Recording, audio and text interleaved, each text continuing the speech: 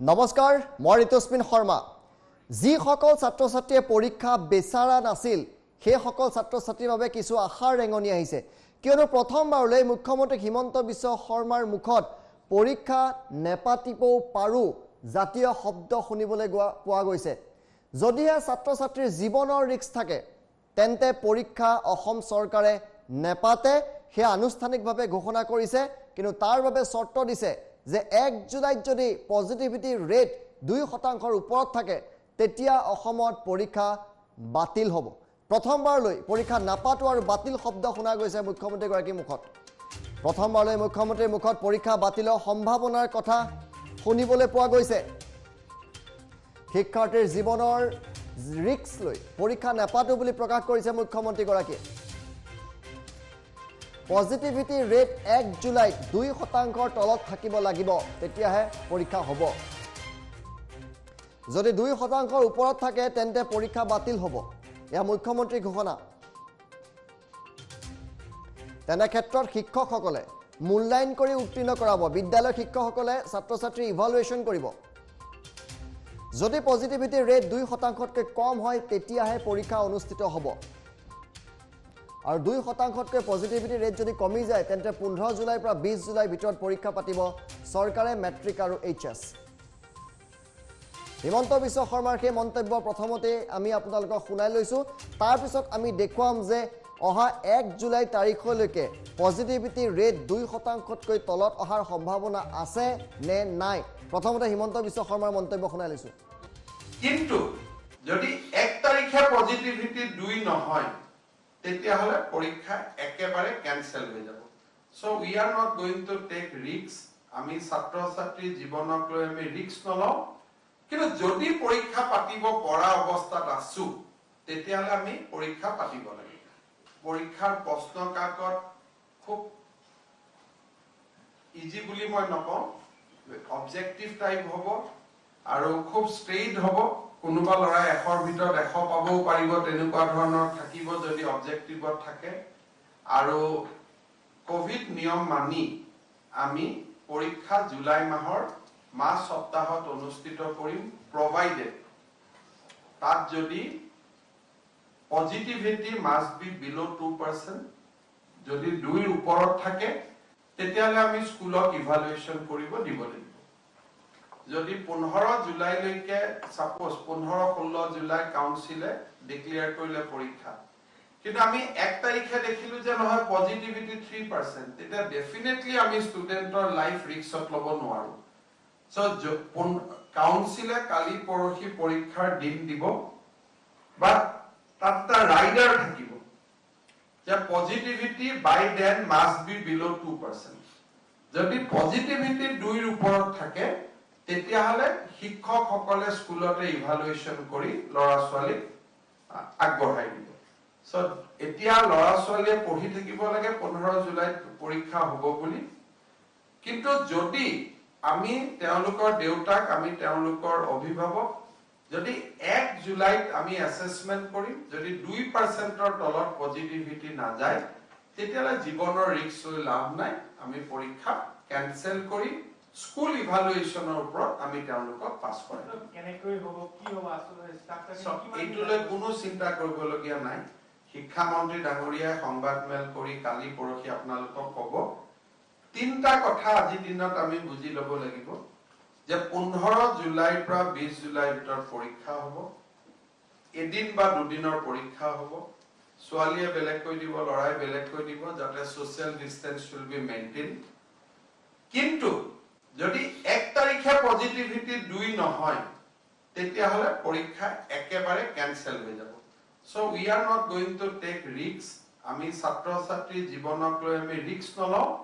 কিন্তু যদি পৰীক্ষা পাতিব পৰা অৱস্থাত আছো তেতিয়াহলে আমি পৰীক্ষা পাতিব লাগিব আৰু এটো বহুত ডাঙৰ কোনো অংক নহয় একদম সিম্পল অংক যে লৰা ছোৱালীয়ে কোভিড হক নহক এনে পঢ়ি থাকিব লাগে পঢ়ি থকাটো ছাত্ৰনাং অধ্যয়নাং তপাহা গতে পঢ়ি থাকিব লাগে পঢ়াৰ কাৰণে টেনচন ল'ব কি দৰকাৰ দেশৰ আন ৰাজ্যে বন্ধ কৰিছে যদিও অসমে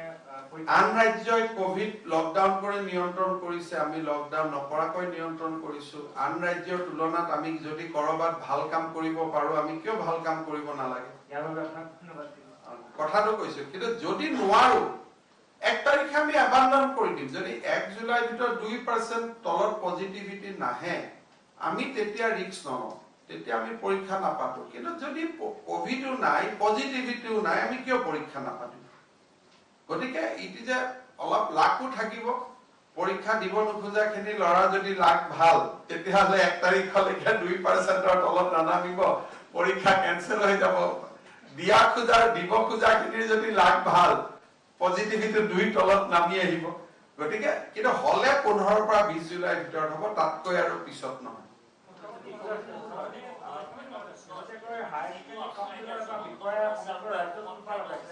কি বিষয়? হায়াৰ ছেকেণ্ডাৰী কাউন্সিলৰ এটা বিষয়ে য'ত হায়াৰ ছেকেণ্ডাৰী কাউন্সিলক এক্সটেণ্ড কৰাৰ নামত বিভিন্ন জুনিয়ৰ কলেজে মেনেজ কৰে বুলি আচলতে এগৰাকীয়ে কৈছে যে প্ৰথমবাৰলৈ এই কথাষাৰ কৈছে। ইমান দিনে অসম চৰকাৰৰ ফালৰ পৰা কোনেও কোৱা নাছিলে আমি পৰীক্ষা বাতিলৰ চিন্তা চৰ্চা কৰিছোঁ, কিন্তু প্ৰথমবাৰলৈ আজি এই কথাটো শুনিবলৈ পোৱা গ'ল যে ছাত্ৰ ছাত্ৰীৰ জীৱনৰ ৰিস্ক লৈ আমি পৰীক্ষা নাপাতো। এতিয়া কথা হ'ল 1 জুলাইত পজিটিভিটি ৰেট অসমত 2 তললৈ আহিব নে নাহে। আমি বিগত 4 দিনৰ এখন ডাটা আপোনালোকৰ সন্মুখলৈ লৈ আহিছোঁ। এই 4 দিনত কিমান টেষ্ট কৰা হৈছিল, কিমান সংখ্যক পজিটিভ হৈছে আৰু পজিটিভিটি ৰেট কিমান, আৰু এই ধাৰাটো যদি অব্যাহত থাকে তেন্তে 1 তাৰিখে কি হ'ব। প্ৰথমে আমি আপোনালোকক 7 জুন, 8 জুন, 9 জুন আৰু আজিৰ এখন তালিকা আপোনালোকলৈ লৈ আহিছোঁ। প্ৰথমে আমি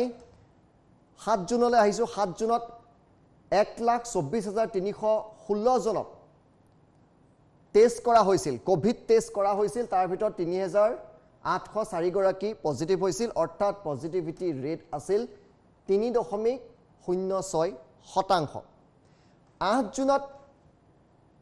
কিছু বেছি টেষ্ট কৰা হৈছিল, 1,33,212 গৰাকী টেষ্ট কৰা হৈছিল, পজিটিভ হৈছিল 3,948 গৰাকী, অৰ্থাৎ বাঢ়িছিল। যেতিয়াই টেষ্ট বাঢ়ি যায় তেতিয়াই পজিটিভৰ সংখ্যা বাঢ়ি যায়। পজিটিভিটি ৰেট অৱশ্যে কম হৈছিল, কাৰণ যিমান বাঢ়িছিল তাতকৈ আক্ৰান্ত সংখ্যা কমিছিল, 2.96%। সেইদিনা আশাৰ ৰেঙনি আহিছিল 8 জুন তাৰিখে যে 3ৰ তললৈ পজিটিভ ৰেট কমিছিল। কিন্তু 9 জুনত কি হ'ল? 9 জুনত পুনৰ 1,15,806 গৰাকীক টেষ্ট কৰা হৈছে, 3,751 গৰাকী পজিটিভ হৈছে। তাৰ মাজত পজিটিভিটি ৰেট পুনৰ বাঢ়ি গৈছে, 3.24% হৈছে পজিটিভিটি ৰেট। আৰু আজিৰ যিটো ফিগাৰ সেইটো যদি আমি অকণমান স্ক্ৰীনখন বহলকৈ দেখাব পাৰোঁ, 10 জুনৰ এখন তালিকা মই দেখাব বিচাৰিছোঁ। আজি 1,22,313 গৰাকীক টেষ্ট কৰা হৈছে, 3,756 গৰাকী পজিটিভ হৈছে আৰু পজিটিভিটি ৰেট 3.07%। এই গোটেই স্ক্ৰীনখন যদি আমি এবাৰ আপোনালোকক দেখুৱাওঁ, আপোনালোকে দেখিব পজিটিভিটি ৰেট বিগত 4 দিনত প্ৰায় 3ৰ ওপৰত আছে। 8 জুনত কিছু কমিছিলে, আকৌ 9 জুনত কিন্তু পুনৰ বাঢ়ি গ'ল। এতিয়া কথা হৈছে যে 1 জুলাই তাৰিখে পজিটিভিটি ৰেট কি হ'ব, এইটো সকলোকৈ এই মুহূৰ্তত ডাঙৰ প্ৰশ্ন। আমি ধৰি ল'লোঁ 1 জুলাই তাৰিখলৈকে কোভিড ক্ৰমান্বয়ে নিয়ন্ত্ৰিত হ'ব। কোভিড যেতিয়া ক্ৰমান্বয়ে নিয়ন্ত্ৰিত হয় তেতিয়া টেষ্টিং সদায় কমি যায়, কাৰণ মানুহৰ মনত ভয় আঁতৰি যায়, লাহে লাহে টেষ্টিঙৰ সংখ্যা হয়তো কমি যাব। আমি ধৰি ল'লোঁ যে 1 জুলাই তাৰিখে বা তাৰ আগদিনা মুঠতে 1 লাখ মানুহে টেষ্ট কৰাইছে, 1 লাখ মানুহে টেষ্ট কৰাইছে। পজিটিভিটি ৰেট 2তকৈ কমিব লাগিব। যদি 2% পজিটিভিটি ৰেট হয় তেতিয়াহ'লে 2000 মানুহ পজিটিভ হ'ব লাগিব, আৰু 2তকৈ কমিবলৈ হ'লে 2000তকৈ কমিব লাগিব। আমি ধৰি ল'লোঁ 1999 গৰাকী সেইদিনা পজিটিভ হ'ব লাগিব। অৰ্থাৎ যদিহে 1 জুলাই বা তাৰ আগদিনা 1 লাখ মানুহে কোভিড টেষ্ট কৰে, 1999 গৰাকী যদি পজিটিভ ওলায়,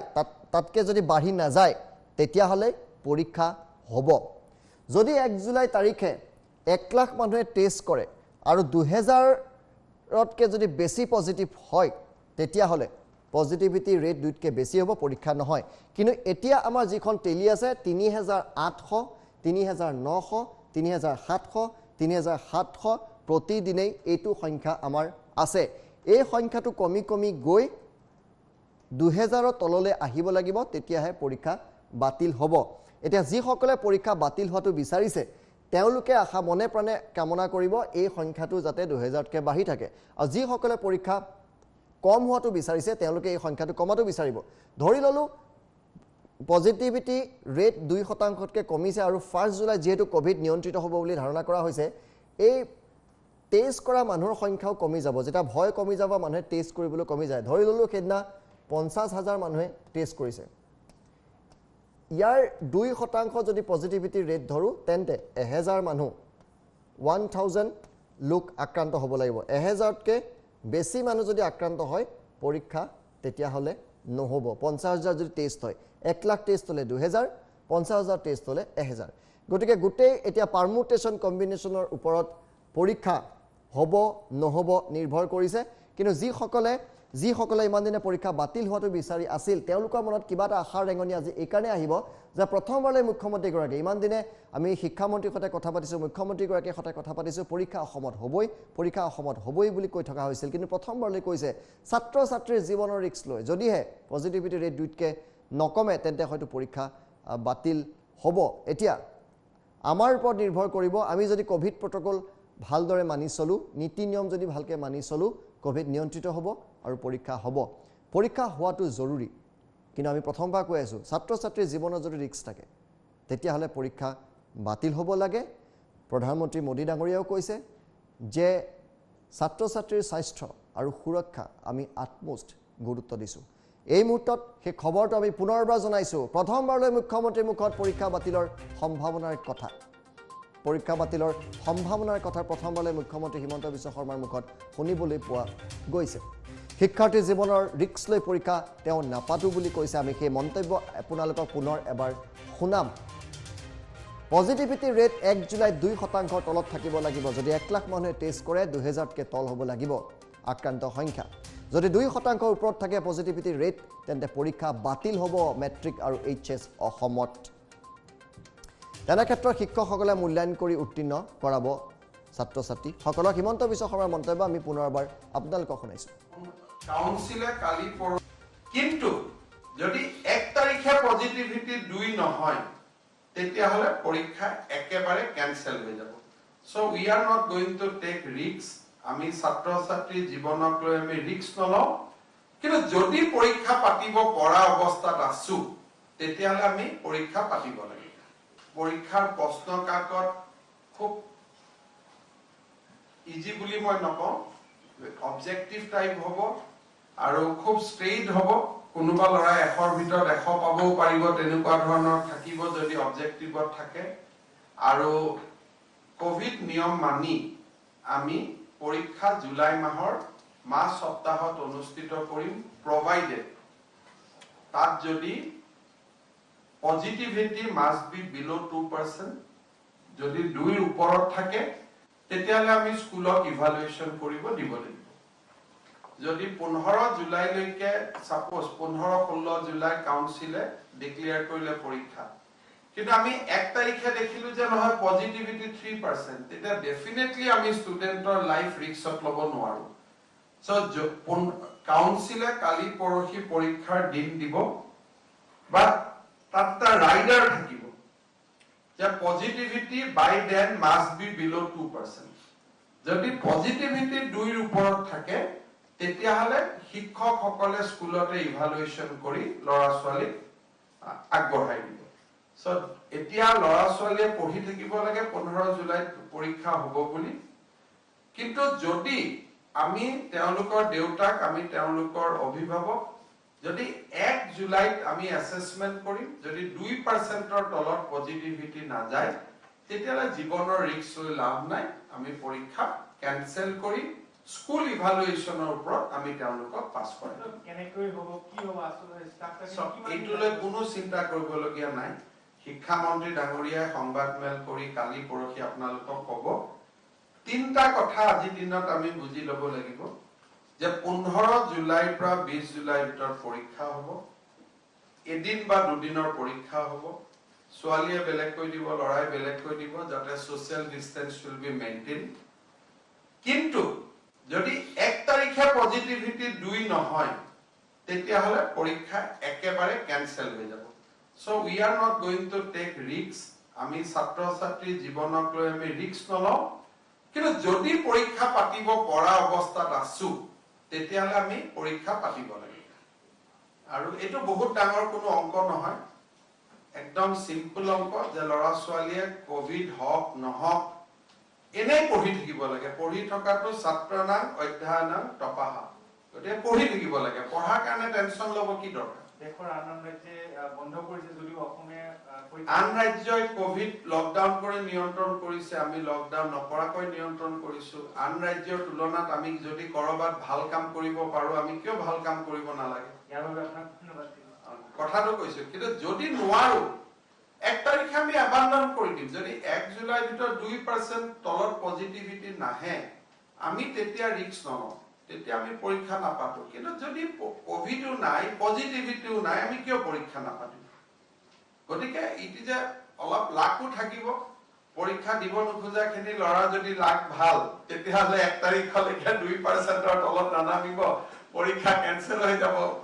দিয়া খোজা দিব খোজা খিনিৰ যদি লাক ভাল পজিটিভিটি 2 তলত নামি আহিব গতিকে কিন্তু হলে 15 পৰা 20 জুলাই ভিতৰত হ'ব তাতকৈ আৰু পিছত নহয়